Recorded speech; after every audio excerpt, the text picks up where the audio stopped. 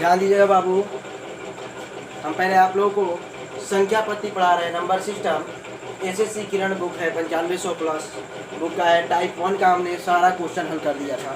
Type 2 का question 6 तक हमने हल किया था।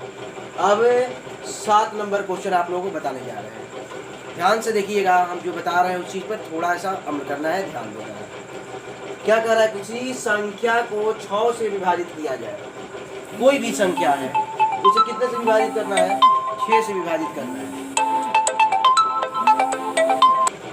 ध्यान दीजिए बाबू, क्या कर रहा है कि संख्या को 6 से विभाजित करने पर, कितने से, 6 से विभाजित करने पर, विभाजित करना मैंने भाग देने पर बाबू शेषफल 3 आता है। तो उसी संख्या के वर्ग को क्या कर रहा है, उस संख्या के वर्ग, जो भी संख्या है उसके वर्ग, वर्ग मतलब क्या होता है, स्क्वायर, वर्ग को 6 से विभाजित करने पर शेषफल क्या होगा। हम एक चीज आप लोगों को बताए थे कि जब भी शेषफल दिया और शेषफल ज्ञात करना है तो शेषफल नहीं हम मान, संख्या को जो शेषफल है उसी को हम संख्या मान लेते हैं। तो मान लीजिए यहाँ पे हमने शेष जो है, शेष क्या है 3, हम इसे ही संख्या मान लेते हैं। तो बाबू मान लेते हैं संख्या, तो क्या होगा 3 संख्या हुआ। लेकिन क्या कह रहा था, उस संख्या के वर्ग को, इसे क्या कर दिया हमने, वर्ग कर दिया।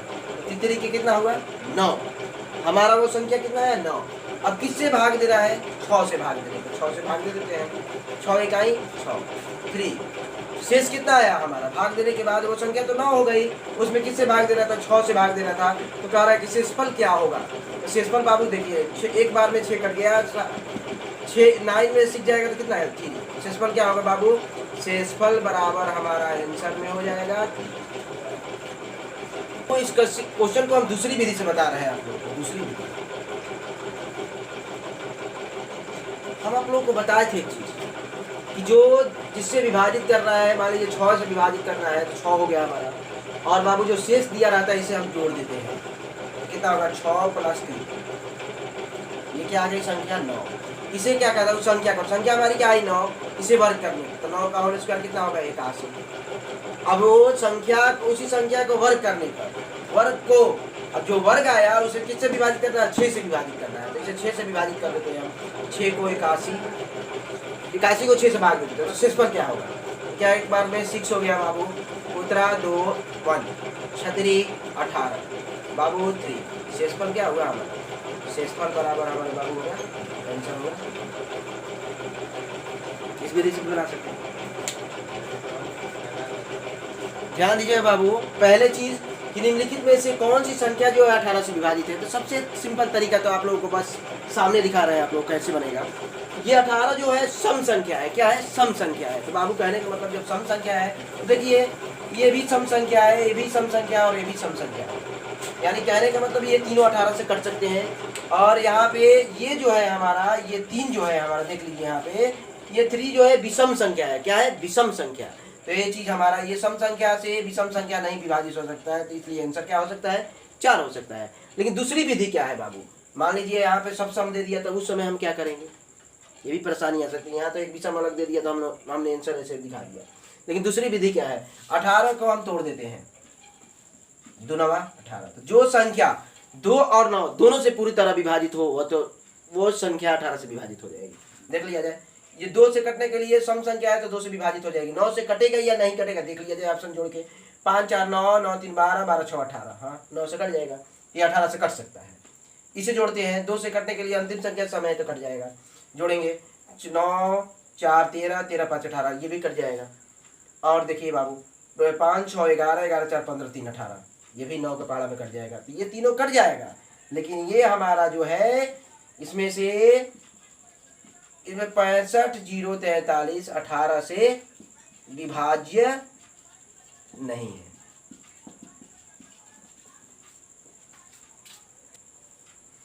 ध्यान दीजिए बाबू, यदि किसी संख्या में 2 अंक है, यदि उनके अंकों के स्थान से बदलने से बनी संख्या, जो संख्या है और उसके अंक के स्थान को बदल दिया जाए, बदलने से प्रारंभिक संख्या जोड़ा जाए तो इस संख्या, इस प्रकार प्राप्त परिणाम संख्या का योग किस संख्या से आवश्यक विभाज्य होगा। तो बाबू आप लोगों को बताए थे, हम कोई भी संख्या लेते हैं, जैसे हमने XY ले लिया संख्या, तो हमारा ये 2.5 का अंक होगा, ये क्या है 2.5 का अंक होगा। तो हम बताए थे आप लोगों को, संख्या दहाई का अंक हो तो उसमें 10 से गुना किया जाता है। ये हमारा दहाई का अंक है, इसमें 10 से गुना किए, और ये इकाई का स्थान है तो 1 से गुना किए, दोनों को जोड़ दिए तो संख्या क्या हुआ 10x + y। फिर दूसरे पार्ट में क्या कह रहा है कि संख्या के अंक को बदल दिया जाए, यानी कहने का मतलब y पहले और x बाद में। तो यह दहाई का अंक हुआ तो 10y, और ये इकाई का अंक हुआ तो x। दोनों का योग जो है, योगफल जो आ रहा है वो किससे विभाजित है, तो देख लिया जाए 10x और 1x 11x, फिर 10y और 1y 11y। बाबू 11 इसमें भी है, 11 इसमें भी है, कॉमन ले लेंगे x + y। अब कह क्या आ रहा है क्वेश्चन कि बनी संख्या, प्रारंभिक संख्या जो थी तो 10x + y थी, या उसके अंक बदलने से बनी जो संख्या 10x + y थी। इस प्रकार कहा था कि प्रारंभिक संख्या को जोड़ा जाए, जो संख्या है और जो पलटने से बनी संख्या है उसको जोड़ा जाए, इस प्रकार प्राप्त परिणाम, तो प्राप्त परिणाम क्या होगा 11x + 11y। संख्या का योग मतलब दोनों का योग जो है किस संख्या से आवश्यक विभाजित है। देखिए बाबू, ये 11x + 11y, 11 कॉमन निकाल लिए, x + y योग हो गया, संख्या का अंक का योग हो गया। ये किससे विभाज्य है, तो इसके पहले क्या है हमारा 11, तो लिखेंगे 11 से विभाज्य है।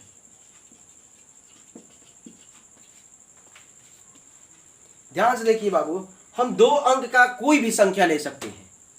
ध्यान से देखिएगा, एकदम सिंपल तरीके से हमने 2 अंक का कोई भी संख्या हो, 2 अंक का कोई भी हम संख्या ले सकते हैं। दूसरी विधि हम लिख देते हैं यहाँ पे, दूसरी विधि 2 अंक का कोई भी हम संख्या ले सकते हैं। तो कहने का मतलब 2 अंकों की संख्या हमने 12 ले लिया, 12 ले लिया तो इकाई का अंक हुआ, दहाई का अंक। क्या कर रहा है कि इसके स्थान को बदल दिया जाए, तो बदलने के बाद क्या हो जाता है, ये आगे हो जाएगा, ये पीछे हो जाएगा, 21 होगा। तो दोनों का योग, तो हमने योग कर दिया, तो जोड़ेंगे 2 1 2 1 3 2 1 3।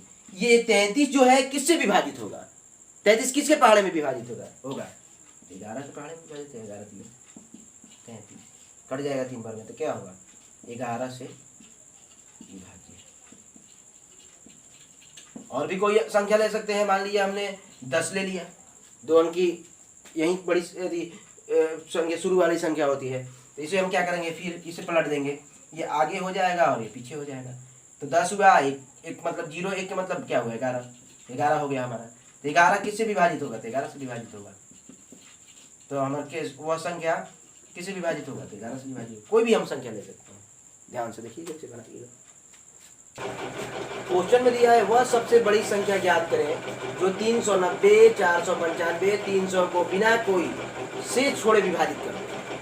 तो बाबू बड़ी से बड़ी संख्या अगर कोई भी निकालना हो तो हमें CF डायरेक्ट निकाल लेते हैं, CF पर हमारा आंसर आ जाता है। लेकिन इस CF निकालने से 2 विधि से बना रहे हैं।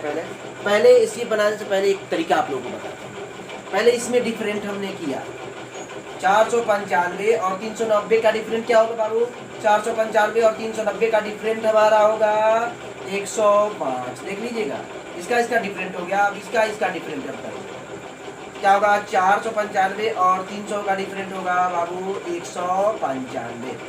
अब क्या करेंगे, इस दोनों संख्या का हम HCF निकाल देंगे, नहीं तो इसे भी डिफरेंट करके हम निकाल सकते हैं। तो कहने का मतलब क्या है बाबू, देख लीजिए 105 में 195 का HCF निकाल लेते हैं, ऐसे भी हो सकता है बाबू। एक बार में 105 हो गया, 95 हुआ, सॉरी 90 हुआ, इसे गिन लेते हैं, उसके बाद इसे लिखते हैं 105। एक बार में 90 हो जाएगा, 90 हुआ तो 5 हुआ बाबू। यहाँ क्या हुआ, 10 में से 9 जाएगा तो एक लड़के का 90, 15 छक्के 90, वो संख्या क्या होगी 15। आंसर में क्या हुई हमारी, तो बड़ी संख्या कौन सी है 15 जो संख्या है 390 और 495 और 302 सबको भाग देने पर कोई शेष नहीं।